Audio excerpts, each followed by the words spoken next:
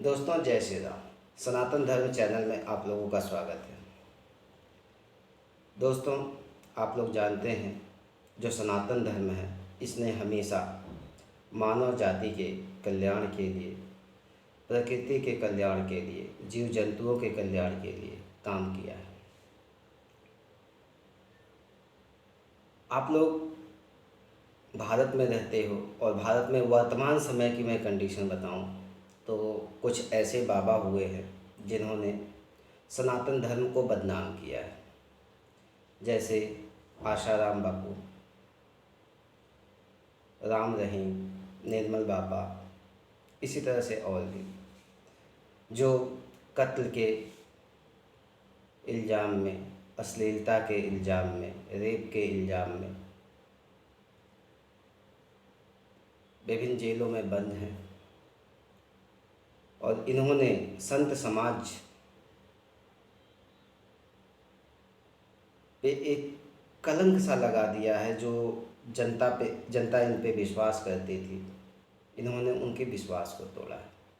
लेकिन इन बाबाओं से इतर, जो नकली बाबा है, ढोंगी बाबा है, इन बाबाओं से इतर दूसरी तरफ अगर आप देखेंगे तो भारत में ऐसे संत महात्मा, ऐसे लोग हुए हैं और हैं वर्तमान समय में भी, जो हमेशा मानव जाति के कल्याण के लिए काम करते रहते हैं।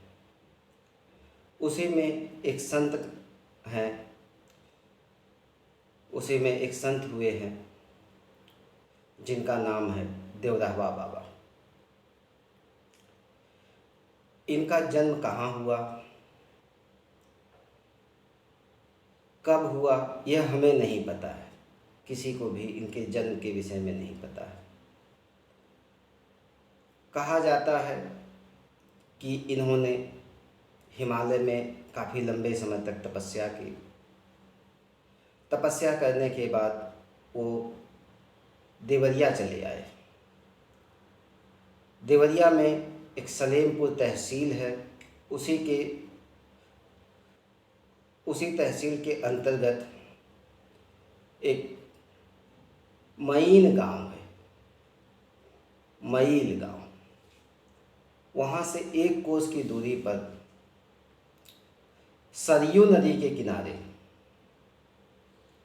उन्होंने मचान बनाया,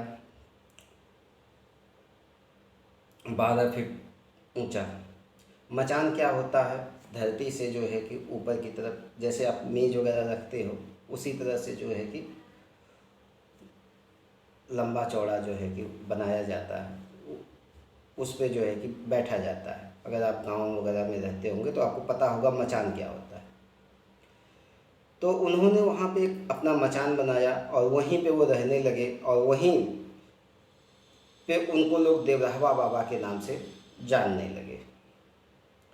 देवदाहवा बाबा यूपी के देवरिया ज़िले से ताल्लुक़ रखते हैं और ये एक ऐसे संत थे कि जहाँ पर बड़े से बड़े नेता, अभिनेता, बड़ी से बड़ी शख्सियत यहाँ पे इनका आशीर्वाद लेने जाया करती थी।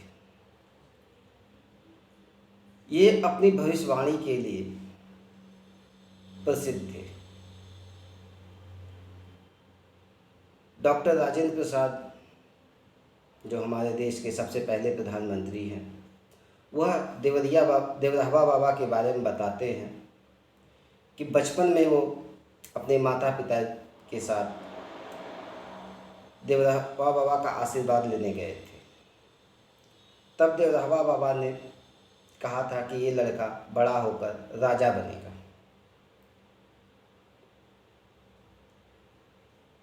और जब डॉक्टर राजेंद्र प्रसाद देश के राष्ट्रपति बने, उसके बाद वह एक बार फिर देवदाहवा बाबा के पास गए।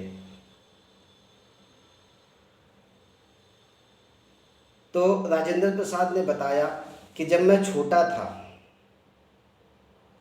तब, और आज जब मैं देश का राष्ट्रपति हूँ और मेरी उम्र इतनी हो गई है, तब भी मैंने बाबा को इसी उम्र में देखा, आज भी मैं बाबा को इसी उम्र में देखता हूँ।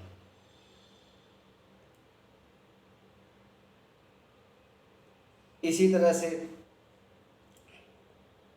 बहुत से लोग हैं जो इनके उम्र के विषय में बताते हैं कि देवराहा बाबा की जो उम्र है, कुछ लोग 250 वर्ष बताते हैं, कुछ लोग 500 वर्ष बताते हैं, कुछ लोग 900 वर्ष बताते हैं।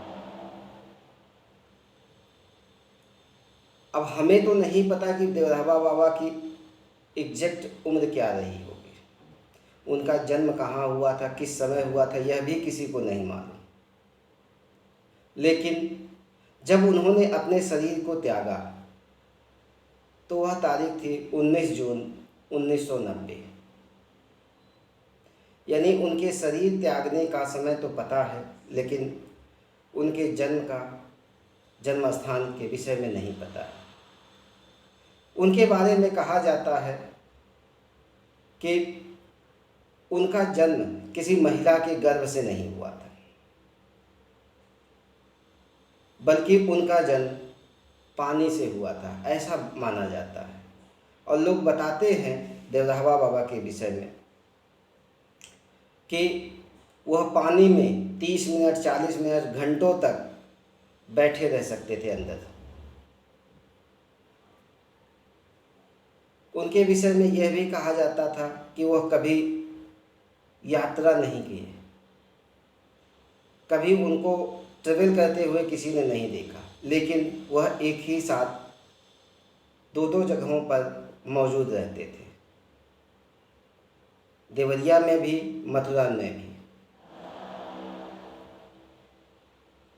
यानी आप मथुरा जाओगे तो वहाँ पे भी जो है कि देवराहा बाबा आपको मिल जाएंगे, और वहाँ पे देवरिया में तो रहते ही थे।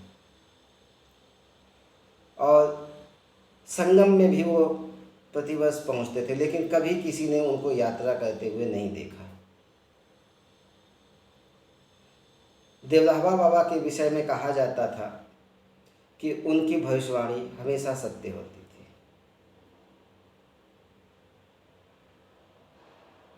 एक बार की बात है, इंदिरा गांधी, जब इमरजेंसी इंदिरा गांधी ने लगाया था, तो इमरजेंसी के बाद जो चुनाव हुआ, आम चुनाव, उसमें इंदिरा गांधी हार गई। तो किसी ने उनको सलाह दिया कि आप देवराहा बाबा से का आशीर्वाद प्राप्त करिए। इंदिरा गांधी देवराहा बाबा का आशीर्वाद प्राप्त करने गई, तो देवराहा बाबा ने उस समय हाथ से आशीर्वाद दिया था, जबकि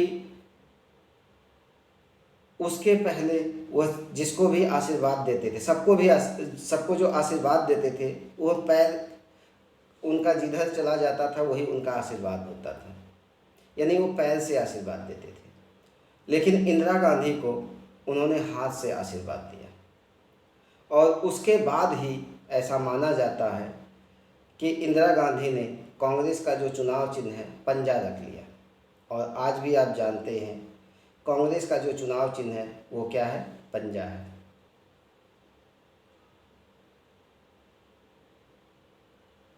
देवराहा बाबा के विषय में कहा जाता था कि वो सबके मन की बात जान लेते हैं और उसको आशीर्वाद देते थे। नेता, अभिनेता, यहाँ तक कि जब ब्रिटेन का शासन था तो जो अंग्रेज अधिकारी थे वह भी देवराहा बाबा का आशीर्वाद लेने के लिए जाते थे।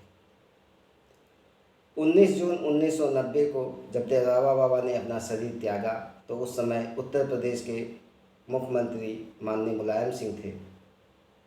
वह भी उन्होंने उनकी समाधि स्थल बनाया और उस मचान को भी सुरक्षित रखा गया है। कभी आज जाइए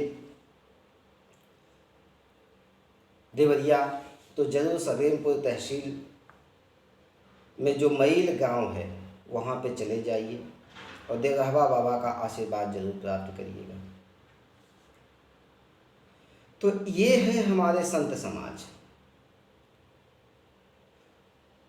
देवराहा बाबा के विषय में यह भी कहा जाता है कि वह कभी कपड़े नहीं पहनते थे, उन्होंने कभी कपड़ा नहीं पहना, अन्न नहीं खाया, ना ही कभी उन्होंने ट्रैवल करते हुए उनको किसी ने देखा।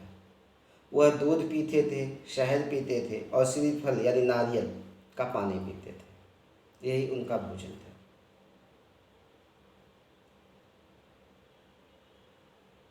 ये भारत की सनातन संस्कृति है जिसमें इस प्रकार के महान संत हुए। और वर्तमान समय में जो पूंजीवाद का युग चल रहा है उसमें आप देखिए कि आश्रम पद्धति और बाबा के नाम पे क्या चीज़ें दिखाई जाता है। बॉबी देओल एक आश्रम नाम का सीरीज लेकर आया था, उसमें देख रहे हैं बाबा के कैरेक्टर को किस प्रकार से दिखाता है। यानी आपकी सनातन संस्कृति को तोड़ने का हर तरह से प्रयास किया जाता है। आसाराम को देखिए, राम रहीम को देखिए, निर्मल बाबा को देखिए, इस तरह से किसी भी बाबा को जो मतलब कि ढोंगी है उसको देखिए, किस प्रकार से उस सनातन संस्कृति को तोड़ने का, कमज़ोर करने का प्रयास कर रहा है। और इसमें सबसे बड़ा रोल निभा रहा है जो पूंजीवाद है, जो टीवी है, मीडिया है। वह चंद पैसों की खातिर अपनी संस्कृति का ही नाश कर रहा है और संस्कृति पे इस प्रकार से दाग लगा रहा है कि लोग आपकी संस्कृति को, बाबा के जो धर्म है उसको शंका की दृष्टि से देख रहे हैं। हमें इस चीज़ को समझना होगा। बहुत से ऐसे जो है कि संत हैं आज भी जो मानव के कल्याण के लिए काम करते हैं, लेकिन क्योंकि इस पूंजीवाद ने ऐसा हमें दिखा दिया है कि हम उनको भी शंका की दृष्टि से देखते हैं। मैं भारत की भूमि को नमन करता हूँ और कहा जाता है कि जिसने इस धरती पे जन्म लिया उसने स्वर्ग में जन्म लिया। तो आप भी इस सनातन संस्कृति का हिस्सा हो। इस सनातन संस्कृति को बचाने के लिए जितना प्रयास कर सकते हो करिए। कुछ नहीं कर सकते हो तो एक दो पेड़ पौधे ही लगाइए, औषधियों वाले। नीम का हो सकता है, पीपल का हो सकता है, पाकड़ हो सकती है, गूलर हो सकता है, तुलसी का पौधा हो सकता है, हरसिंगार का पौधा हो सकता है। कोई भी पौधा जो आपको और आपके पर्यावरण को शुद्ध रखे, इतना तो आप कर ही सकते हो। सनातन संस्कृति पे अगर कोई उंगली उठाता है तो उसको आप जवाब दे सकते हो। कम से कम ये जो पेस्ट है, जो ब्रश है, इसको जो है आप छोड़कर दातुन तो कर ही सकते हो। यह भी सनातन संस्कृति का एक हिस्सा है। कभी कभी ही सही मिट्टी के बर्तन में खाना बना के खा सकते हो, यह भी सनातन संस्कृति का ही हिस्सा है।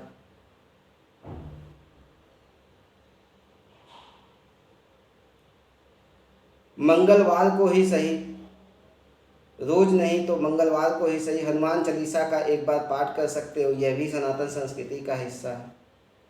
गायत्री मंत्र का पाठ कर सकते हो, यह भी सनातन संस्कृति का हिस्सा है। कुछ तो करिए। चंदन तिलक लगा सकते हो, यह भी सनातन संस्कृति का हिस्सा है। अपनी संस्कृति को बचाने के लिए कुछ तो करिए।